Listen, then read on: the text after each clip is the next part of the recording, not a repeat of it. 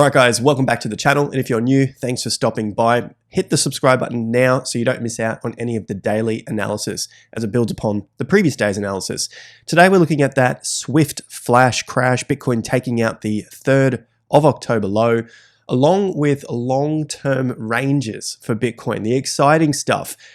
This is the lucky time in the market. I know it doesn't feel like it, doesn't seem like it. People have been saying it's going to collapse from here, and many have been saying the bull market's been on forever.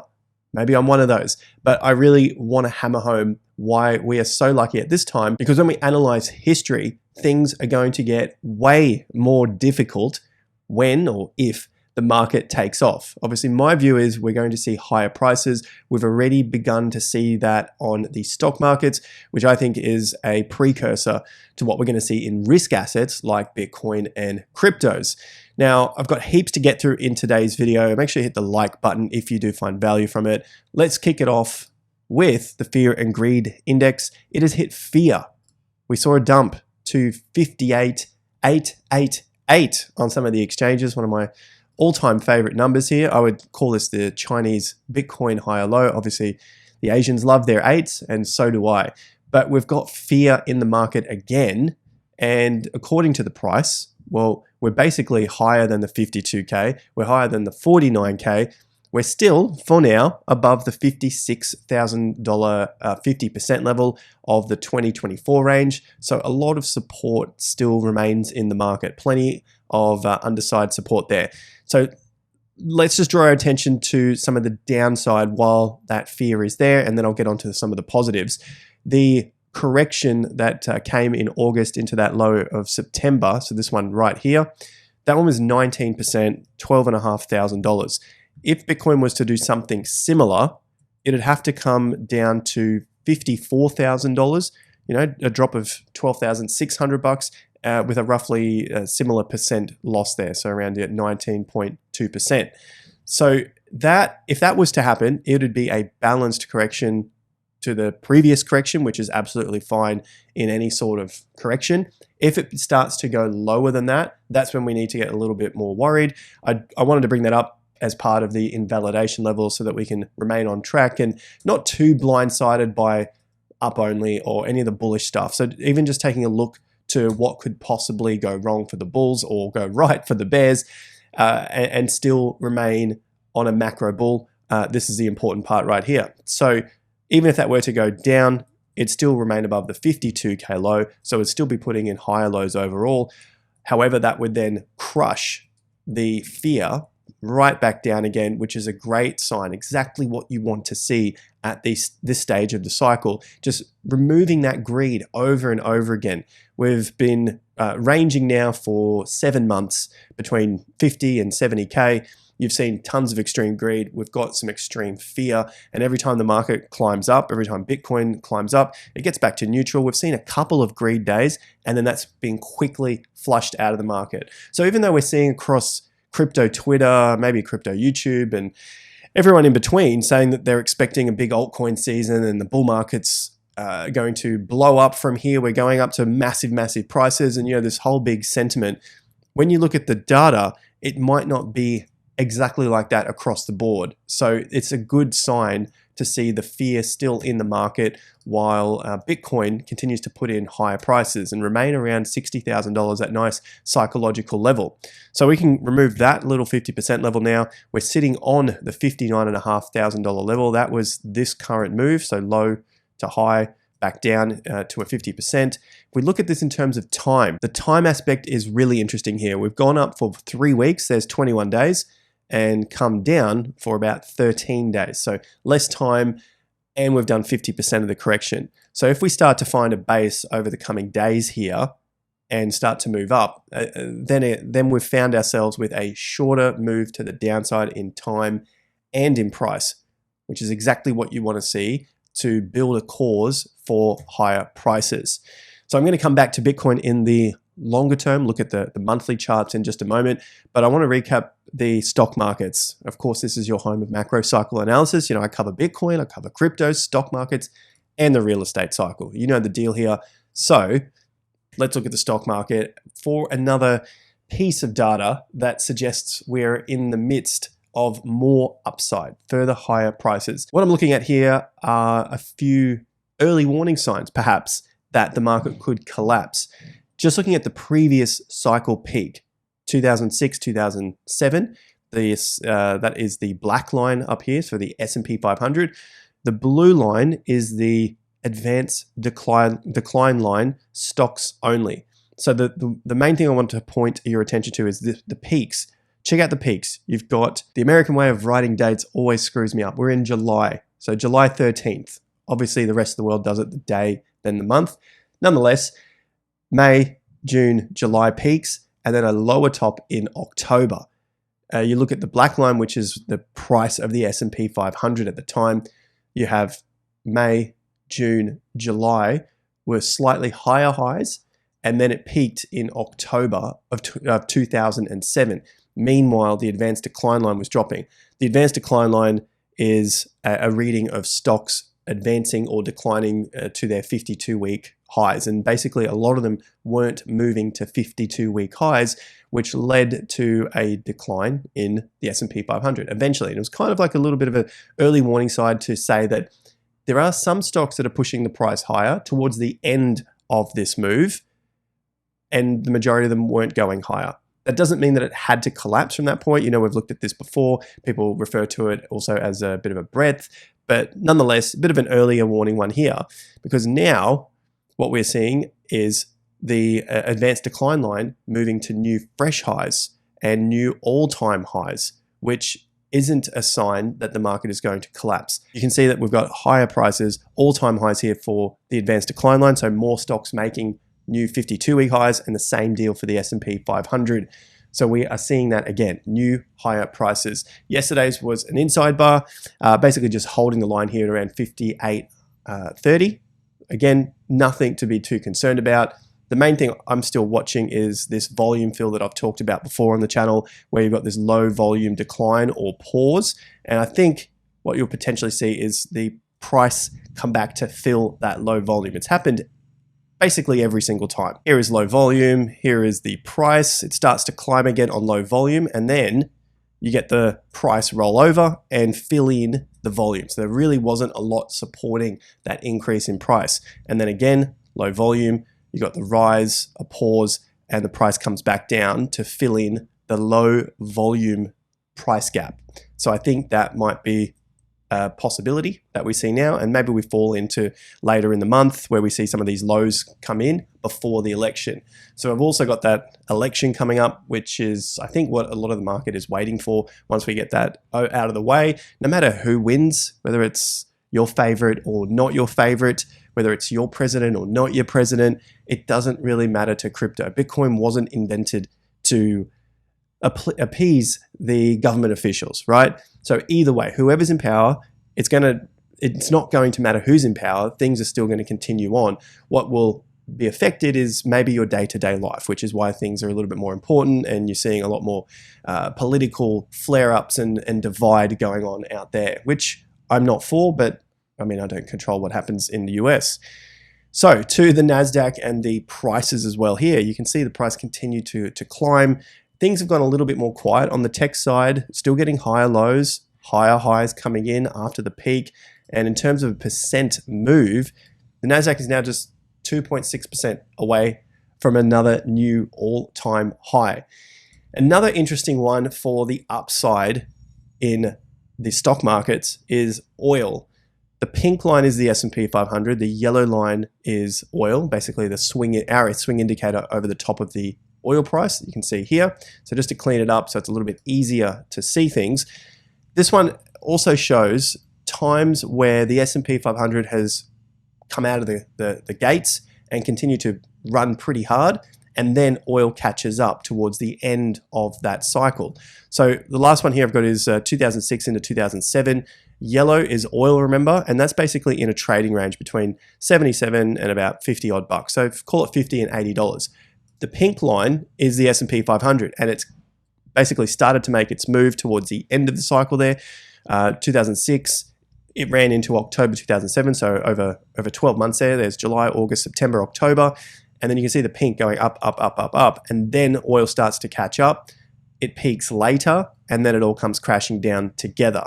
Where we find ourselves now is similar situation here. You've got oil in a trading range between $60 and $90, and you can see the pink line, which is the S&P 500, has started to make its move. I think we are at that point where oil might begin to make its move, and that'll be known, more confirmation will come once it breaks past about $90. And when that happens, then we're probably into these final stages of commodities going up, which of course Bitcoin is part of. The S&P 500 is obviously the mover here that's starting to show the early signs. And of course you'll have your oils, golds going up, so on and so forth. But I think this is one of those times where you could look back and think, why didn't I see it sooner? Why didn't I see some of the signs where the economy is not as bad as maybe some of the bears are making out, that bear porn, and some of the signs when it comes to the price, which is essentially where we trade our money. We don't trade our money on news headlines, or I hope we don't. You can't bet on the news headlines. Maybe in the future we can. What we do is put our money into the markets. And if you're going long only, so basically you want prices to go up, whether you're trading in oil, S&P 500, Bitcoin, stocks, whatever it is, you want to find earlier signs than the rest of the market to tell you that the price is going up. And when it's going up, hang on to that trend until it's the end. The old saying, the trend is your friend until the end. So if you can do that, things are going to be a lot easier. If you can put the noise aside telling us that the markets are going to collapse, or we've got this weaker economy, or we're coming into a hard landing for a recession. This sort of stuff has been said for years, and I've been repeating it on the channel over and over again, and the prices have been essentially going up throughout the entire time. So that brings us over to Bitcoin. And I'm looking at some price targets here, which I'll get to in just a moment. I'll clear those off and just look at the timeframes for now. We're into our 7th month of consolidating prices between $50,000 and $70,000. Now, in each of the cycles prior to this for BTC, it's gone on and done multiple consolidations of that prior price action, and then gone on to do a final boom. So 2019, 2020, 2021, you got consolidation at the low, you've got consolidation just before the COVID dump, and then another final consolidation with higher lows before this big blow-off move, before the market really took off. And when you look at it in terms of time, that basically all happened within the first 2 years of the cycle. So there's the month 23, which is what we are in right now. You go to the low here, that's the current month, so we're in month 23, and each of these consolidations happened in that time. You could argue that there was another 2-month consolidation after that big first blow-off move, but I'll get to that a little bit later when it comes to the monthly corrections, and basically coming back to the title of the video, something like, it's an extremely lucky time for us right now, because these are the easiest times to forge a plan, to enter markets. Those moves where they start to go up, they seem easier to enter because the price is going up. But I personally think that now is the easier time, because you're not trying to fight against everyone else wanting to take that next asset from you at a higher and higher price. So I think these are the easier times if you can hang on. And just looking at history, each of these times, 5 months, 4 months, 6 months, we're in our 7th month. The prior cycle to that, 8 months at the low, it broke out. 6 months, it broke out. 6 months, and then absolute mayhem into the peak. You really didn't have much time to sleep. You didn't have time to think. You didn't have time to do anything else. It was just up and up and up, and you really had to execute your plan very, very well in that period. The prior cycle, starting around October 2010, so basically 14 years ago, big move up, only one tiny correction here, and then a long correction before you got a 6-month consolidation, a breakout from like $4, $5 up to 15, 5-month consolidation, massive breakout, 5-month consolidation. Now this one happened in the towards the end of the move, and then you really only had 2 months left into that final peak. So a couple of big booms there, along with big breakouts, right? So 6 months, 5 months, 5 months, 8 months, 6 months, 6 months, 4, 5, 5. You could argue 2, but I'm looking at longer time frames here.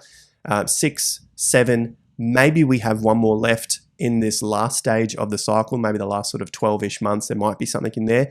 Or you could argue that this particular bottom was part of the consolidation before the FTX dump, and then it found its way back into the accumulation range, in which case you could probably argue that it's 1, 2, 3, 4, 5, 6, 7, 8 or 9 months at another low there. So something to keep in mind moving forward, which could suggest that we don't see another long consolidation, and maybe we only get like a 2-monther on the way up. Speaking of the moves up, when this happens, I'm saying when. Of course, it needs to be an if, because there's no guarantees in the market.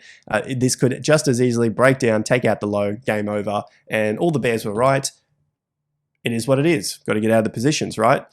But if we are looking at the possibility of the market breaking higher, based on what I was looking at here with the S&P 500 overlaid on oil, the NASDAQ continuing to creep higher, S&P 500 moves here, and advanced decline lines, more stocks moving to new all-time highs. So lots of info and analysis that suggests we would be seeing higher prices overall. If that's the case, then you are extremely lucky right now, because in those final stages, you barely get 2 months of red. Often you'll get 1 month, but even in those 1 months, the price gets bought up very quickly. So within that same month, it might only be days, maybe a couple of weeks, if you're lucky, of the prices going down for a correction. And so that's how the bull market gets fueled and gets spurred on to the next leg, because everyone's waiting for a longer decline. They're like, well, we just saw a 7-month decline. We saw 2 months down, maybe a month up, 2 more months down, a month up, right? They're waiting for that sort of thing, but that doesn't happen later in the cycle. And you see these big, strong moves. We looked at it with the S&P 500, looking at the monthly charts. When you get to these bull market periods, even the S&P barely puts in 2 red months in a row. And if it is 2 red months, even there, the prices are within the previous range. So it's very, very subdued correction. Tiny red month, but there was not even a lower low. So really the closing price was just lower, and then it turned around and took off. 1 month here, took off again. We go back to the previous bull market here, 2017. You didn't even have time to scratch yourself there. There was negative 0.3. Otherwise, every freaking month was green to the upside. Barely a correction in there at all. So again, I continue to repeat myself here, because I think it is a very, very lucky time. When you get into these big moves, it is going to be crazy. So looking back at the last cycle, really you had 1 red, followed by a green, then a red, and then more greens, and then a red. So in this cycle here, once it broke, once you got out of all this consolidation, there was only single red months. The cycle before that, I haven't done the 2021 cycle, but looking at 2012, 2013, 1 red month, 1 red month, 2, but barely. This one here was only slightly red, and then it turned around, 1 red, and then it was away. Now the long red periods come in the bear markets. So let's fast forward to the most recent cycle that we've seen. And from that point, you had 1 red, 1 tiny red. So there wasn't even a correction there, not even a lower low, slightly lower low here.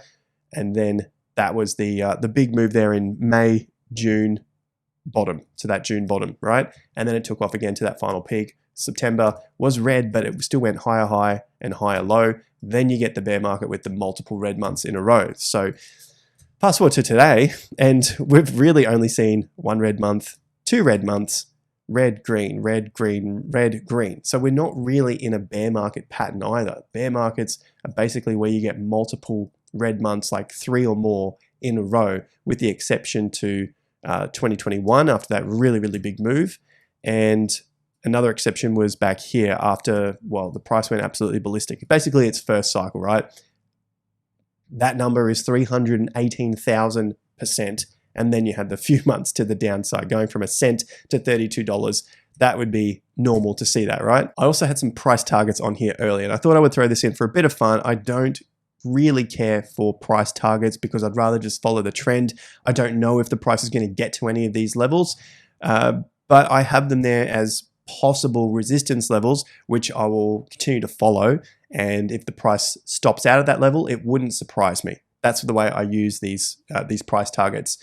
So just taking a look at the closer targets, we're using the range that Bitcoin has given us. So it's given us this price range that it likes to run, and then we're projecting it off the low. So the current low is August of this year, right?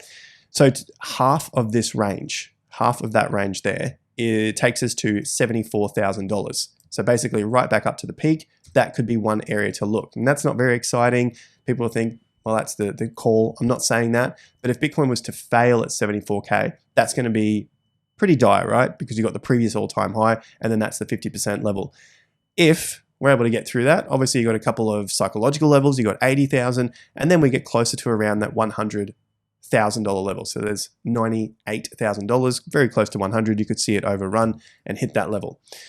Going forward from that, 150% of the move. So basically this with 150% from this low, right? That's 122,000, and then 200% is 147,000. So I'm still of the view that we're probably going to see 100K Bitcoin, somewhere between sort of 100 and 200 seems possible, maybe even probable, should we get this nice big run on. Anything above 200,000 is going to be amazing. I'm not expecting that it has to get above 200K, but between 200 and 300, I'm going to think that things are looking a little like February and March of this year, where things just got a little bit out of hand, pretty damn heated, and we could be in for some very rocky rides ahead. But that's basically just the first look at these price ranges using what we're looking at as wave 3 of this current move. So this would be running into a wave 5. Now, if we were to use the entire range, basically the entire price range that Bitcoin has done for this cycle, projected off the current major higher low, it's not changed too much. We're looking at 78K as the 50% level, then around 108K, 136, 166, 224. So again, most of those readings come between $100,000 and $200,000. So it wouldn't be a bad area to take a look at these levels. And the reason why I'm using this, that's basically again extension, where you're looking at the price ranges to the upside. So within the previous cycle, a Bitcoin ran up to 600% of the first range. So 3,000 to 14,000 projected off the $4,000 low. You can see the price targets were pretty well hit, almost to the dollar. When you look at how broad these can be, hitting a price of around 68K at the 600% level, not bad considering the top came in around 69K. So the first range out, the first price range that Bitcoin buyers and investors gave us, projected off the low, and then you extend these out 50s and 100% to the upside. So if we do that again with our first range, what's happened, right? Let's have a look at the tops to the lows. This one gets quite interesting because it's basically done exactly, almost to the exact dollar. I said exactly a lot. 300% of that first move.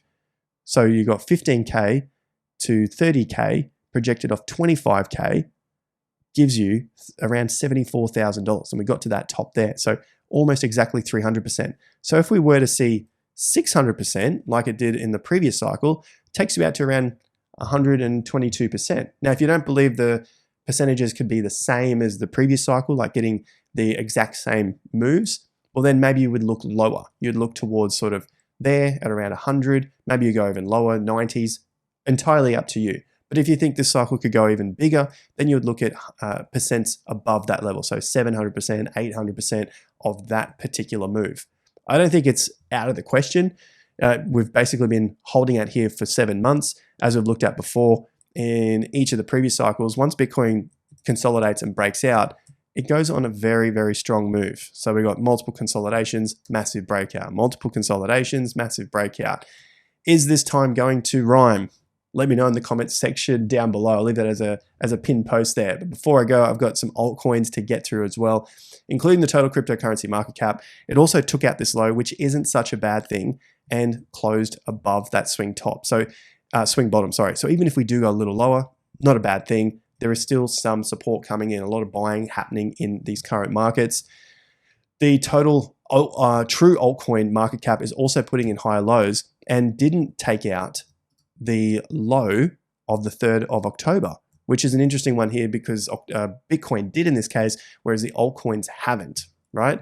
So a slightly higher low from yesterday's move to the downside. Still below 446 billion, and I think the real fireworks are going to come when we start to break that top there around 480 to 500 billion dollars.